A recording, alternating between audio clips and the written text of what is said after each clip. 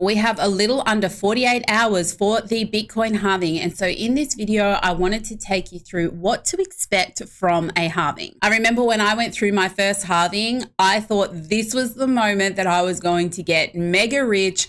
I thought as soon as that clock hit 000, that was it. We were going to fly. And I remember I stayed up. It was really late. I stayed up for it. The clock changed and nothing happened. So now that I know better, I wanted to put this video together to talk about what to expect from a halving and also offer some sort of an explanation as to why Bitcoin seems to be ranging right now. So if you are new here, welcome. If you are returning, welcome back. Be sure to smash that like button nice and early, and let's get into this video. So when we take a look at the daily chart for Bitcoin, we can see that we've got a bit of a range going on that sits between about 73,000 right now and around about the 59.5K mark is the bottom so far. This is the region that I want to talk about, and I want to go back through past cycles to talk about what exactly could be happening right here. So I'm going to take you back to 2016 when we had the halving. And in 2016, we had this rise prior to the halving. Then we had a sell-off and we went into this accumulation period. In this particular cycle, we did break down, but it wasn't for long. And this whole accumulation before we actually broke out and retested to change the trend was around about 144 days. So this is an accumulation period after the halving. The halving was around about the 9th of July 2016. We started an accumulation just a little bit before it, continued after it, and then changed trend around about the 144 day mark. Now, when we move on to the next cycle, we can see that there was also an accumulation period that started just before the halving, and the breakout and the retest of that was around about the 127 days. So what I'm looking for in both of these cycles was the breakout of the range after the accumulation and then the retest to prove that we weren't going back there. And in this cycle, that was about 127 days. Now, the halving is coming up in a couple of days, and we have been accumulating now for around 35 days. Now, if history were to repeat, and we are in fact in the accumulation phase that happens around the halving or has happened on the last two, then that could mean that Bitcoin might stay in this current range until around July of this year. Now, for higher time frame traders, that's going to actually be an extremely boring range to trade. But for day traders, if this bottom held and the top held,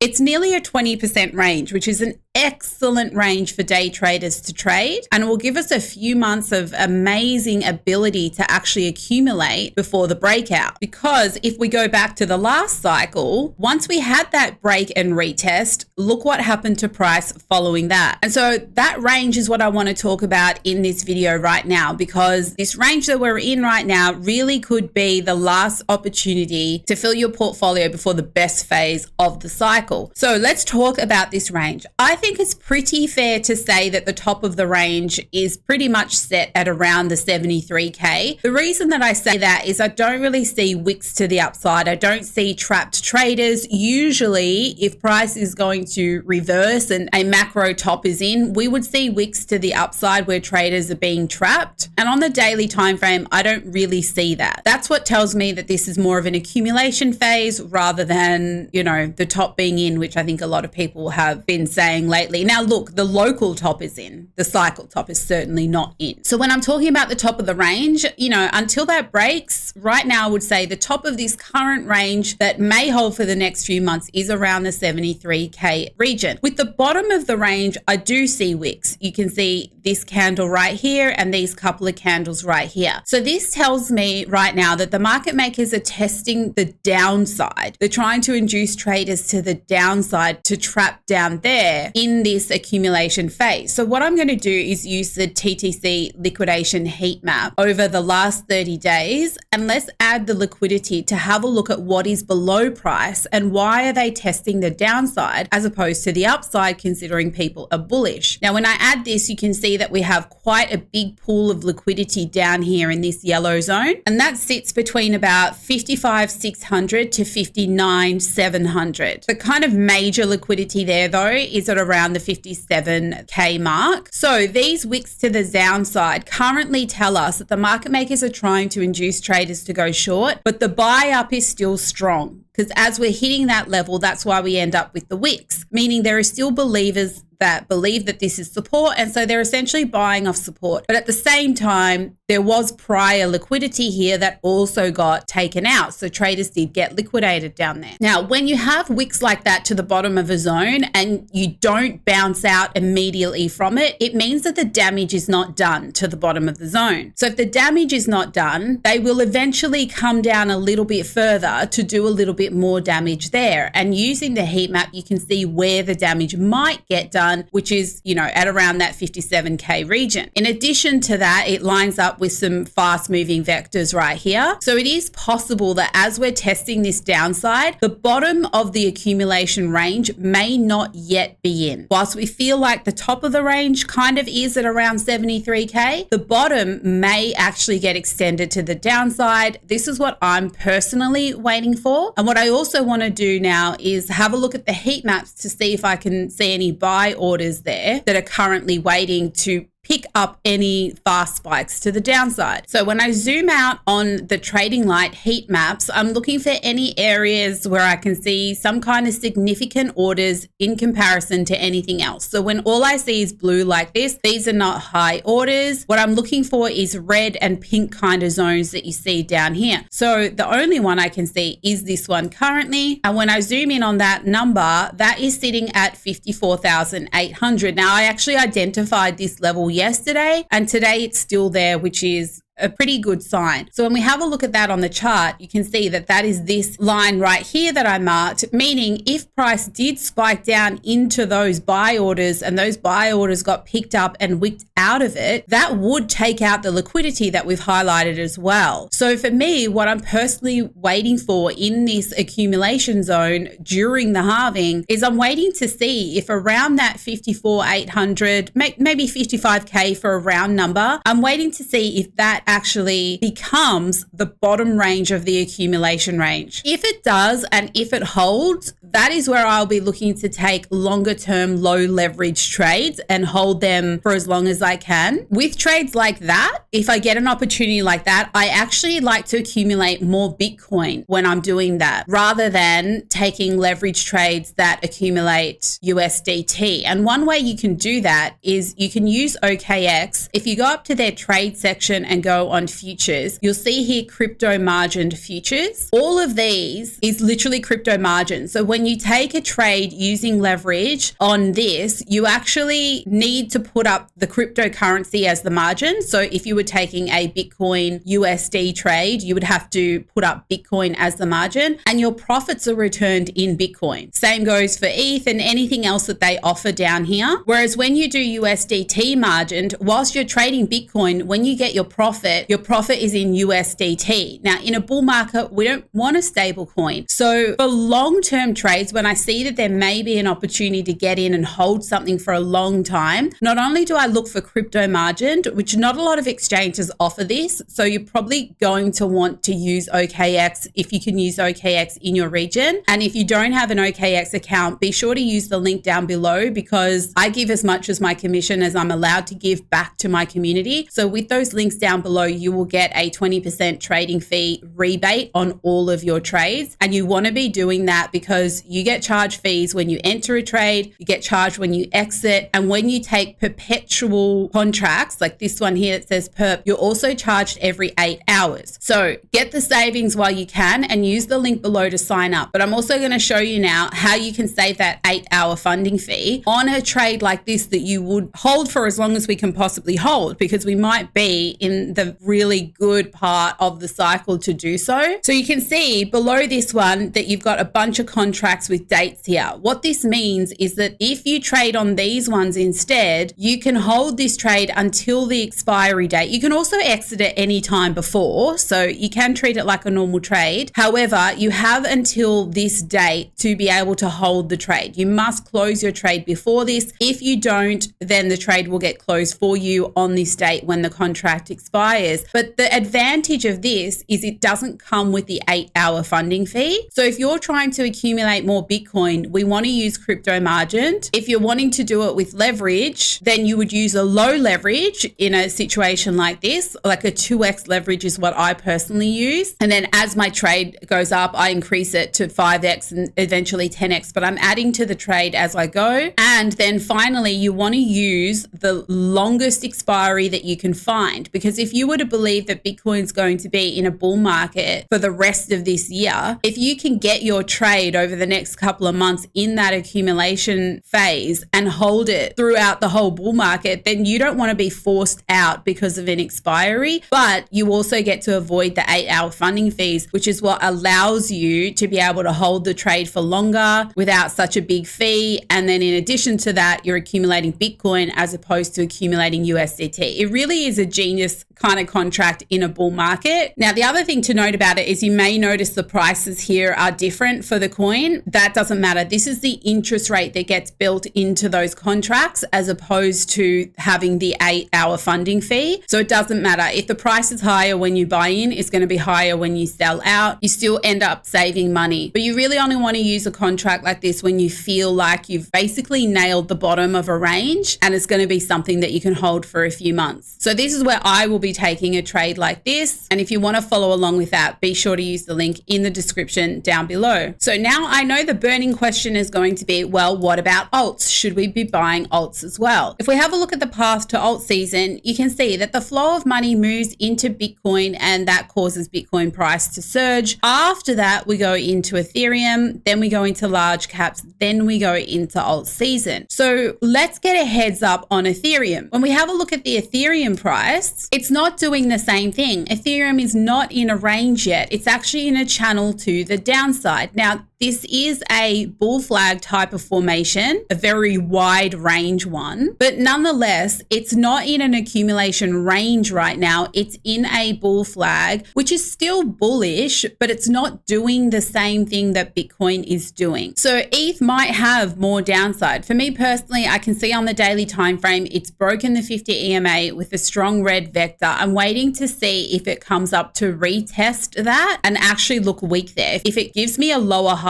at the mid-range of this channel, then I would expect that it's coming down into my area of interest next. But if it surprises me and goes to the top of the channel like this, then it's like I said, it's just a bull flag and I'll be looking for it to test the mid-range before a breakout. So Ethereum currently actually is in a trend. It's in a trend to the downside currently, whereas Bitcoin's not in a trend, it's accumulating when we're talking macro. So for ETH, I want to see what happens at around the 200 EMA. I mean, the other thing too with ETH is this is 1, 2, 3, 4. We would expect a fifth touch before we get a breakout. So with Ethereum, I'm waiting to see if we can hold around this 200 EMA right here and then we start to move up. That's going to be positive. But the focus looking at this chart really is on Bitcoin mostly, unless we get a strong bounce out of ETH. In addition to that, you have to look at the ETH BTC pair and it is in a massive downtrend as well. So that would need to change structure at the same time this bull flag looks like it's going to play out for you to then want to get involved in ETH. And if we have a look at the dominances, look at Bitcoin dominance, it's broken out of that ascending triangle. It's on a retest right now, which is very strong for Bitcoin. But when you have a look at the total crypto cap, the altcoins is like down. Now this is excluding BTC. So we're in a downtrend here. So altcoins may continue to bleed a little bit more. It's why I'm not personally adding to my altcoin bags right now, but I'm not worried about anything that I have. And the reason for that simply comes back to the path to alt season. So if I can identify where I am in the phases right now, where I feel like I'm in the Bitcoin accumulation phase, then my focus needs to be on the phase that I think we're in. So major attention here. The next attention on Ethereum, everything else we can deal with once these two have started to happen. So in saying all of that, if you do have altcoins now because you've been accumulating throughout the bear market or even throughout the bull market, and those altcoins are in the red right now, don't worry, because we are literally